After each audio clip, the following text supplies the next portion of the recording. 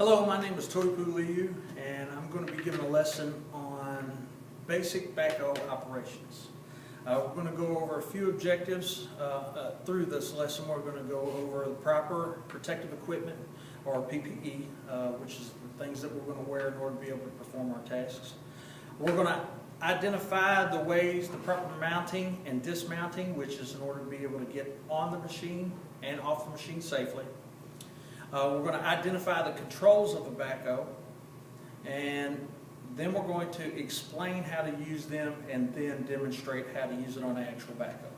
So the first thing that we're going to go over is our personal protective equipment, our PPE, and I'll just start from the top and go to the bottom. And the first thing, one of the things that we're going to have is a hard hat, and this is pretty standard for commercial construction. We're going to have our eye protection on. Then we're going to have a safety vest in order to be able to make ourselves more visible to fellow construction workers. And we're also going to have the proper footwear and long pants and at the minimum a t-shirt.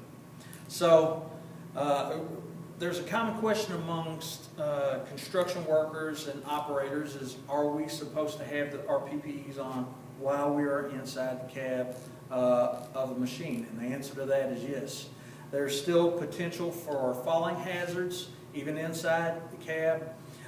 There's a potential to come in contact with rock, which could potentially send some of those materials back at a really high velocity, even to the point where it could break the glass of the cab. So it's one of those things where you can't ever be too safe, and too much is there's no such thing as too much when it comes to PPE. So that's a few things we're going to be talking about. So let's get right on to mounting and dismounting of the machine, which is basically just getting on and getting off of the machine safely. We're always going to face the machine whenever we mount or dismount the machine. And we're always going to use either 3 or 4 points of contact. So one point of contact will be known as one hand or 1 foot. So if I have 2 feet and 1 hand, that's a minimum of 3 points of contact. So I'm good there. If I have both hands and both feet, I have 4 points of contact. So I'm holding on and I have both feet planted firmly on the machine. If in the process of motion, while I'm moving, getting on the machine, if I have 2 hands and 1 foot while raising another foot, I still have 3 points of contact. So I'm still good as far as my 3 points of contact go. So I've gotten on the machine. After I sit down, the first thing I always do, and the first thing that every operator should do whenever they sit in the cab of a piece of equipment, is put on your seatbelt.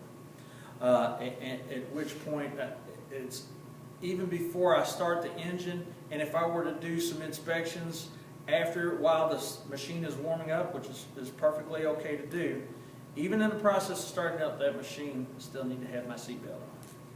So we've mounted the machine, we've put our seatbelt on, we've started up the machine. Now let's identify some of our controls and also explain how they operate the backhoe. So first off, I'd like to show you some of my fantastic illustrations, and I know they are fantastic because they are so terrible. And the reason why I know that is because my students let me know that. So first off, we have our backhoe bucket, and it will either roll in or roll out.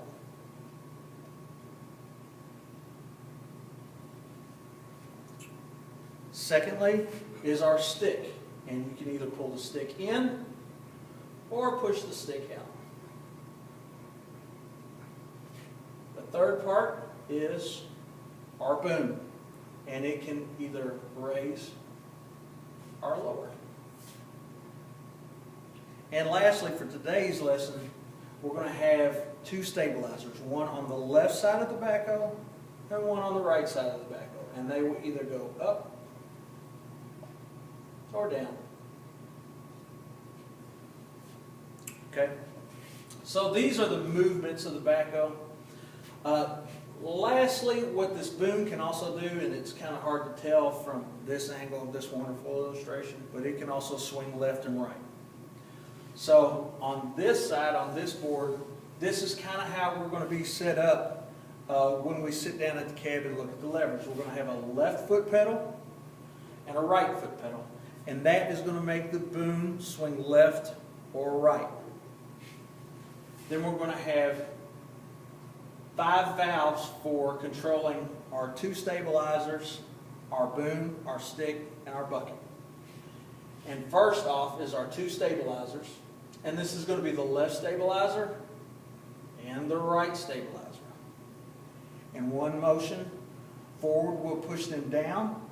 It will lower our stabilizers, and pulling back towards us will raise them. And then on our larger joysticks, our larger control valves, we're going to have the boom control, the stick control, and the bucket control.